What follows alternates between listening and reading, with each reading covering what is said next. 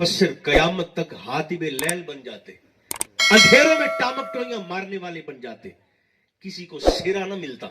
ये मसला अगर हल किया है तो मुस्तफा के बेटे जनाबे अली नकी ने हल किया।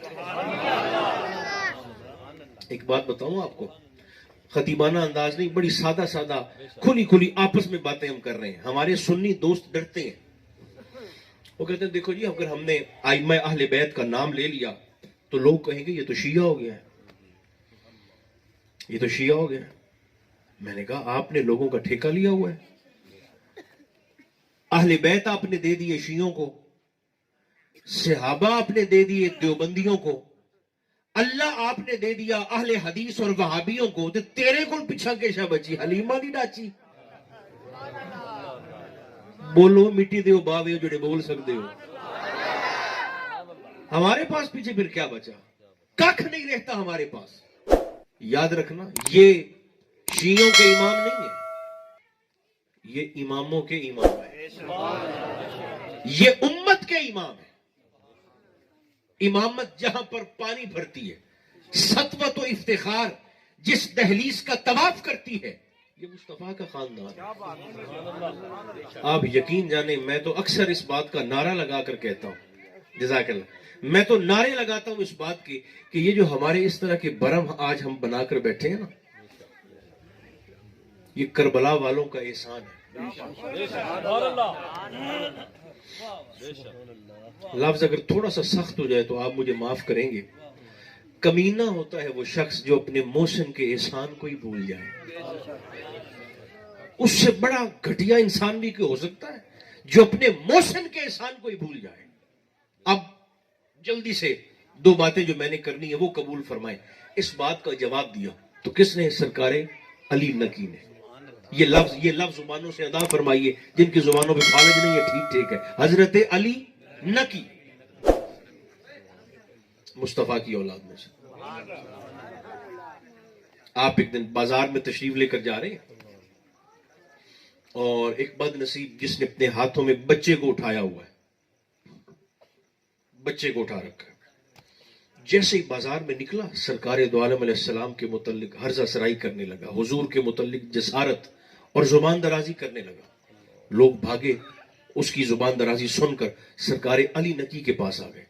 हुजूर वो बंदा नबी मुकर्रम अलैहिस्सलाम को खुदा पना जसारत कर रहा था, हर्जा सराई कर रहा था, मगर हुजूर उसने हाथों में बच्चा भी उठा रखा है। वो इमाम ही क्या जिसे लोगों की नीयत का पता ना चले। हुजूर है दुश्मन, जुबान दराजी से दुश्मन लगता था, मगर उसके हाथ में बच्चा। फरमाया कहना क्या चाहते हो? हुजूर अल्लाह फरमाता है इन्ना शानिया का हुवल अब्तर, रसूल का दुश्मन बेनस्ल है, दुश्मन रसूल, मगर बच्चा, बेटा, औलाद हाथों में उठा के बाजार में सरकार पर जुबान दराजी कर रहा है।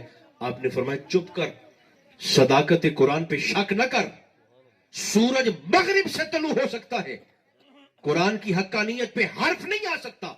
उसने कहा हुजूर फिर बच्चे। आपने एक जुमला कह के मसला हल कर दिया। फरमाया होते किसी के हैं, मशहूर किसी के हो जाते हैं।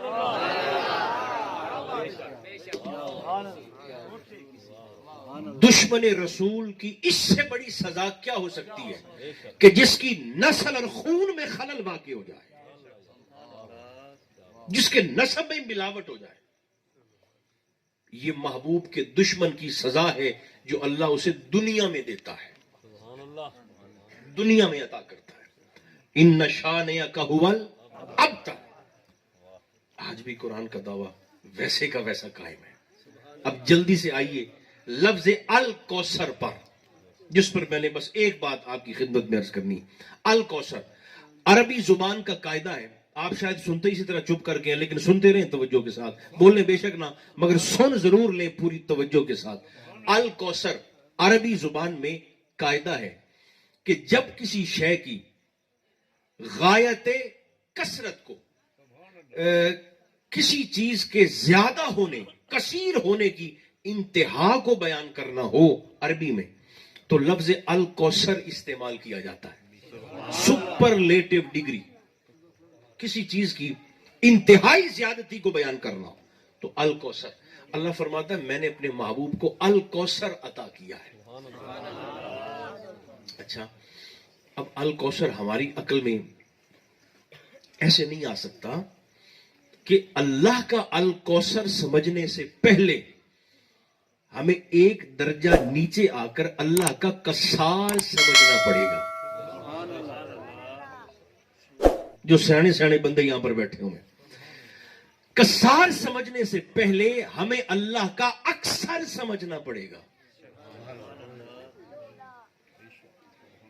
अक्सर समझने से पहले हमें अल्लाह का कसीर समझना पड़ेगा, और कसीर समझने से पहले हमें अल्लाह का कलील समझना पड़ेगा। कलील समझ में आ गया तो कसीर भी समझ में आ जाएगा। अगर कसीर समझ में आ गया तो अक्सर भी समझ में आ जाएगा। अक्सर समझ गए तो कसार को समझ जाएंगे, और अगर कसार समझ में आ गया तो अल कौसर भी थोड़ा थोड़ा अकल में आ जाएगा। अगर आप कहें तो हम अल्लाह का कलील ना देख लें पहले। रब का कलील कितना होता है, अल्लाह का कलील कितना है, हमारा नहीं, अल्लाह का कलील कितना है। कुरान मुकद्दस में अल्लाह ने अपना कलील इरशाद फरमाया। अल्लाह फरमाता है कुल, मेरे हबीब ऐलान फरमाइए, मताउद दुनिया कलील। मेरे हबीब ऐलान फरमाइए, दुनिया का मालो मता अल्लाह की नजर में कलील है। अच्छा, अब जरा सुन लें बड़े सुकून से। जब से सूरज ने चढ़ना सीखा, जागते रहिएगा, जब से चांद तारों ने तुलू होना और गुरूब होना सीखा,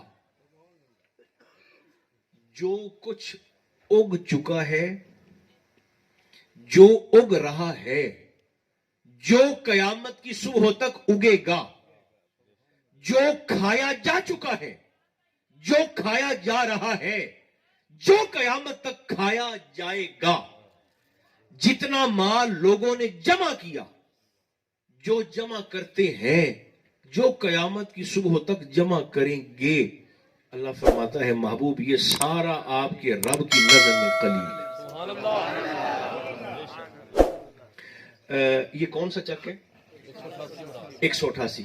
आप में से कोई बंदा ऐसा है, नंबरदार साहब भी बैठे होंगे, चौधरी साहब भी बैठे होंगे यहां पर, मुझे जरा बता सकते हैं कि पिछले साल सिर्फ 188 चक में गंदुम कितने टन हुई है? बोलिए, है किसी के पास हिसाब जो बता सके कि सिर्फ इस 88 चक में कितने मन या कितने टन गंदुम हुई है? अच्छा, अगर 88 का नहीं पता तो फिर तहसील हासलपुर का अंदाजा कैसे लगाओगे? जब हासलपुर का नहीं पता तो फिर बहावलपुर डिवीजन का अंदाजा कैसे लगाओगे? जब बहावलपुर का नहीं पता तो फिर सूबा पंजाब का पता कैसे चलेगा? पाकिस्तान का पता कैसे चलेगा? और फिर सारी कायनात के अनाज का पता कैसे चलेगा कि पिछले साल कितना अनाज उगा, कितना खाया जा चुका, कितना खाया जा रहा है, कितना लोगों ने जखीरा कर लिया? ये सिर्फ इस जमीन की बात नहीं, अल्लाह फरमाता है जब से कायनात ने चढ़ना उतरना सीखा, तब से लेकर कयामत तक जितना उगा, जितना बचाया, जो खाया, जो रखा, जो रखेंगे, ये सारे का सारा मेरे महबूब आपके रब की नजर में कलील। अच्छा सुन ले, जरा सुन ले, सारी कायनात के कलील मिलाएं तो एक कसीर बनता है, सारे कसीर मिलाएं तो एक अक्सर बनता है, सारे अक्सर मिलाएं तो एक कसार बनता है, सारे कसार जमा करो तो एक कौसर बनता है। और अल्लाह ने यार को कौसर नहीं अल कौसर अता फरमाया। बात शायद थोड़ी सी मुश्किल हो मगर आपका हुस्न समाधि से आसान भी कर सकता है। अल कौसर का तोहफा اپنے یار کو مخلوق نے نہیں دیا، اللہ نے دیا. نہیں ٹھہر جائیں، میں مثال دیتا ہوں. نسبت